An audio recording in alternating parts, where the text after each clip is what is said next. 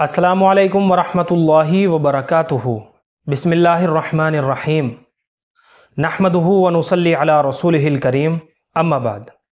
मेरे प्यारे भाइयों, उमूमन हमारे हिंदुस्तान और पाकिस्तान में अगर इमाम से क़िरात के दौरान कोई गलती हो जाए तो अक्सर ये समझा जाता है कि इमाम साहब को कुरान याद नहीं है, इनका कुरान अच्छा नहीं है, ये समझा जाता है। जबकि इमाम से नमाज के अंदर गलती का हो जाना ये कमज़ोर हिफ्ज़ की दलील नहीं है, बल्कि उसके इंसान होने की दलील है।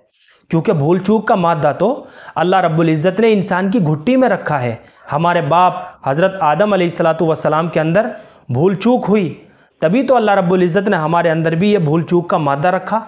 सबसे पहले तो आप इस वीडियो को ज़रा ध्यान के साथ सुनिए। इसमें कितने बड़े बड़े अइम्मा हज़रात हैं जो तिलावत के अंदर गलती कर रहे हैं, और ये सब इमाम हज़रात हरमैन के इमाम हज़रात हैं। अलिफ लाम मीम ज़ालिकल किताबु ला रैब फ़ीहि हुदल लिल आलमीन। अलिफ लाम मीम ज़ालिकल किताबु ला रैब फ़ीहि हुदल लिल आलमीन। अलिफ लाम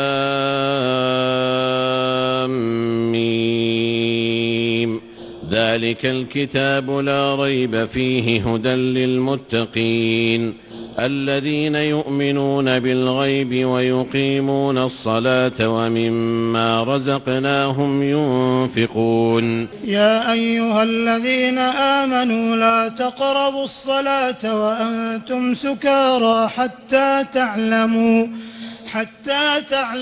ما تقولون ولا جنبا إلا عابري سبيل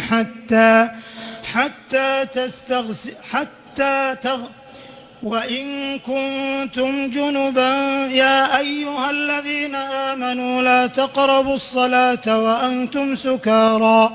وأنتم سكارى حتى تعلموا ما تقولون ولا جنبا إلا عابري سبيل حتى تغتسلوا وإن كنتم مرضى أو على سفر أو جاء أحد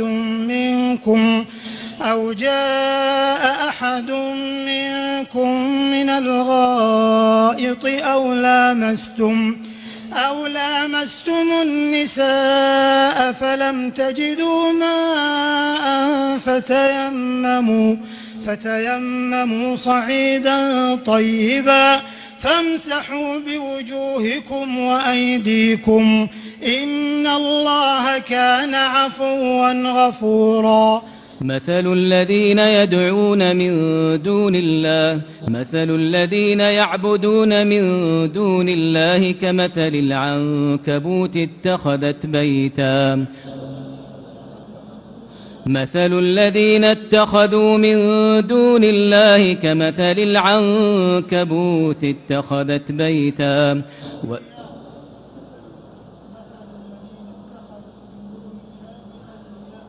مثل الذين اتخذوا من دون الله أولياء كمثل العنكبوت اتخذت بيتا وإن أوهن البيوت لبيت العنكبوت। तो सुना आपने, ये सब कितने बड़े बड़े अइम्मा हज़रात हैं और सब ने गलती की। हत्ता कि शेख सुरेम साहब सूरतुल बकरा के शुरू में ही भूल जाते हैं। अब ये सब बातें मैं आप हज़रात को इसलिए बता रहा हूँ कि हमारे यहाँ पर अगर इमाम साहब चंद गलतियाँ कर जाएं नमाज तरावी के अंदर तो 10 लोग ताना देने के लिए बिल्कुल तैयार खड़े होते हैं। अरे इनकी तो कुरान याद नहीं है, इनकी तो इतनी गलती आ रही है। तो मेरे प्यारे भाइयों, हमें ये अपना रवैया बदलना होगा, क्योंकि भूल चूक इंसानों से ही होती है। अल्लाह ने इंसान की घुट्टी के अंदर ये भूल चूक का मादा रखा है। तो कुरान करीम में क़िरात के दौरान अगर गलतियाँ हो जाए इमाम साहब से या किसी आलिम साहब से, तो ये उसके कमज़ोर हिफ्ज़ की दलील नहीं है, बल्कि ये तो उसके इंसान होने की दलील है।